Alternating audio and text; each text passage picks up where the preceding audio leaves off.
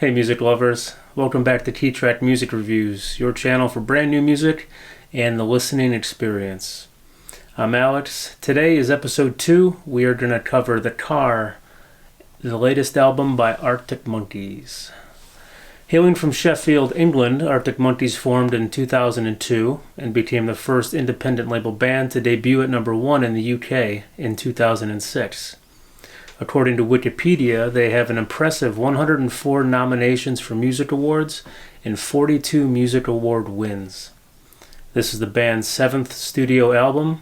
It came out October 1st, 2022 on the Domino label, recorded at La Frette in Paris, Butley Priory in Suffolk, and the orchestral work was done at RAK in London.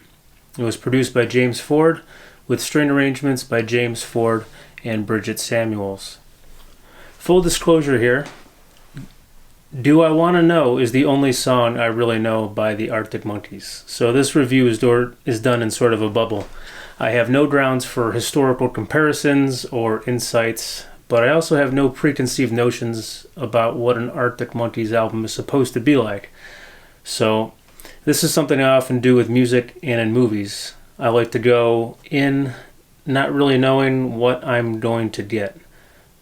So, looking at the cover, we see a car, which makes sense because that's the name of the album, and car is an essential part of some of the song lyrics. I think the cover's a bit boring, but we're faced with some interesting questions. What happened to the driver? Who were they? Where's everyone else? Did they die? Am I dead? Let's find out. I don't know. I listened to the album 3 times. Twice on stereo and once on a Bluetooth speaker while at work. In each case, I was surprised by how easy this album is to listen to start to finish. The mixes are well balanced, uncluttered, and softened with background noise. At least to me it sounds like background noise, and it sounds like they're using it as a musical element to help shade in the sparse sonic map, if you will, and turn up the vintage vibes. It may also be due to the method of recording that they used, but to me it sounds like intentional white noise. I don't actually mind that. It's just something that I noticed. There's fantastic vocal presence and clarity in the recordings. I'm not a producer, but this probably means that there's a minimal amount of compression going on, which makes the vocals sound more natural. In the 2-channel stereo setup here, the voice pops out in a very three-dimensional sense. When I listen, it's very easy to picture Alex's head just sitting right there and singing. Great clarity and great center imaging. I would describe the vocal style as being nervously romantic with non-stop lyrics and a storytelling style that sometimes sounds like stream of consciousness. Several songs ended with me having no idea what he was talking about, and for the most part, I still don't really know what he's talking about. But I think that's a strangely important element when it comes to making music that isn't paper thin or transparent. Mystery is a good thing. Here's a guy you might recognize. Seal released Kiss from a Rose in 1994 and to this day has never clarified the wording or released the lyrics. Some people hear the word grave, some people hear the word gray. Either way, it doesn't matter because you're allowed to choose and interpret it for yourself and make it mean something to you. But back to Arctic Monkeys, instruments used and the mixing. I would have liked a little bit more instrument variety, to be honest, and some faster tempos. I think every song seemed like it had the same tempo, and at some point I was just waiting for it to pick up. There was a flute, I think, hidden in the mix of track 1, and I also thought that maybe a trumpet or a saxophone would have popped in somewhere. I don't think it did. The drum kit has a vintage sound that really reminds me of cardboard boxes, very flat. Almost like somebody's running on carpet. But that's fine. It matches the vibe of the album. Everything has a lot of reverb on it, so it does have a old-timey, vintagey sound. There are orchestral slash string arrangements on every track, but they mostly serve as decoration, and they're not really integral to the arrangement or the song itself, except I think for the last track, which is one of the reasons I chose it as one of the key tracks. So I'm going to go over some impressions from 2 of the songs off the album and then cover the 2 key tracks that I picked off the album.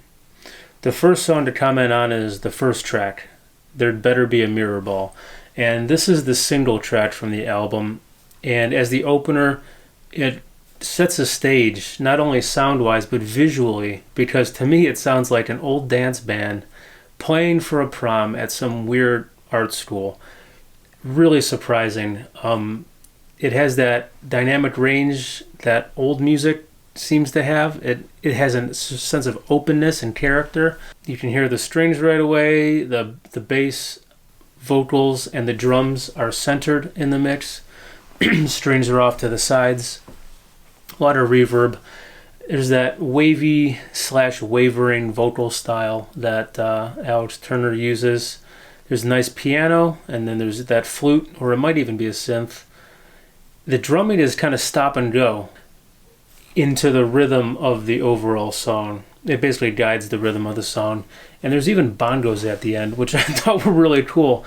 But that's when I wanted the trumpet. I thought with this type of ensemble going out of the song, throw something else in there too. Next is track 7, Big Ideas. And this wasn't the only song that had Steely Dan vibes, but it definitely has the major Steely Dan vibes. It also has a crooner aesthetic in terms of the vocal delivery, and it was setting me up to expect a female voice to come in there too as sort of a duet or an accompaniment, which didn't happen. It has one great lyric in it: "The orchestra's got us all surrounded." And that really stuck out to me because it creates such a good visual. You know, when you go to see an orchestra, it's you surrounding the orchestra, you know, the crowd, but what kind of situation are you in where the orchestra is surrounding you? It doesn't sound good. There's also an unexpected guitar solo that cuts in the left with a sort of fuzzy wah. There's a lot of fuzzy wah-wah pedal on the album, part of the vintage sound. And this one especially really has a romantic serenade feel to it. A lot of them do, but this one in particular. Okay, on to the first key track here. Track number 3, Sculptures of Anything Goes. This is the oddball on the album, I think. This is the black sheep. Starts out with this deep doom synth intro that sounds kind of wet. There's some sort of like slap or envelope filter on it. And when it finally comes in, it sounds like that moment in a horror movie, you know, where the bad guy is finally revealed in the shadows and it's bah, all eyes on him. Great recording, detailed vocal presence in this area, in the center image, unpredictable synth elements.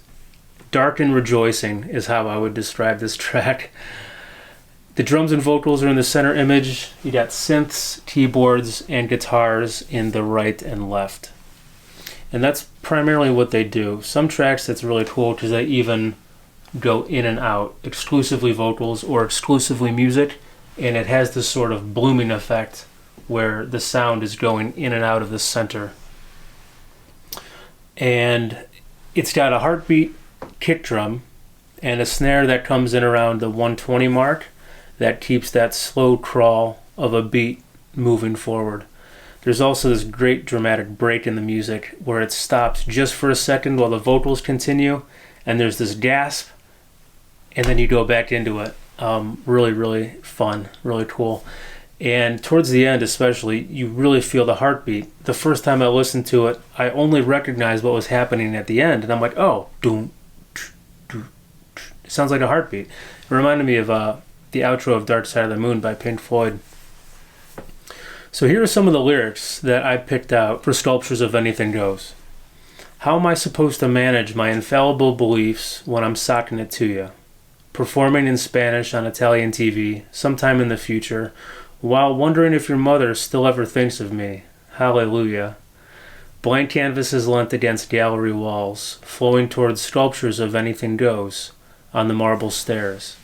leading to almost wherever you want them to be. So as far as the sculptures of anything goes, my best grasp at that is that Cole Porter wrote a song and recorded in 1934 called Anything Goes, which has been covered throughout the decades by numerous artists, recently in 2014 with Lady Gaga and Tony Bennett. So maybe that's the reference, one song into another. I'd like to know what his infallible beliefs are. Personally, I'm not quite sure I believe in infallible beliefs. So, Alex, if you're listening, tell me. And then second key track, the last track, Perfect Sense. And somehow, right from the start, this song sounds like a closing track.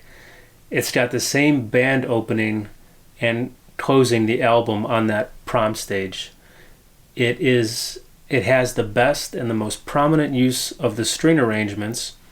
They're much more upfront, they're more integral to the song, and what I liked is that you heard the cello come through.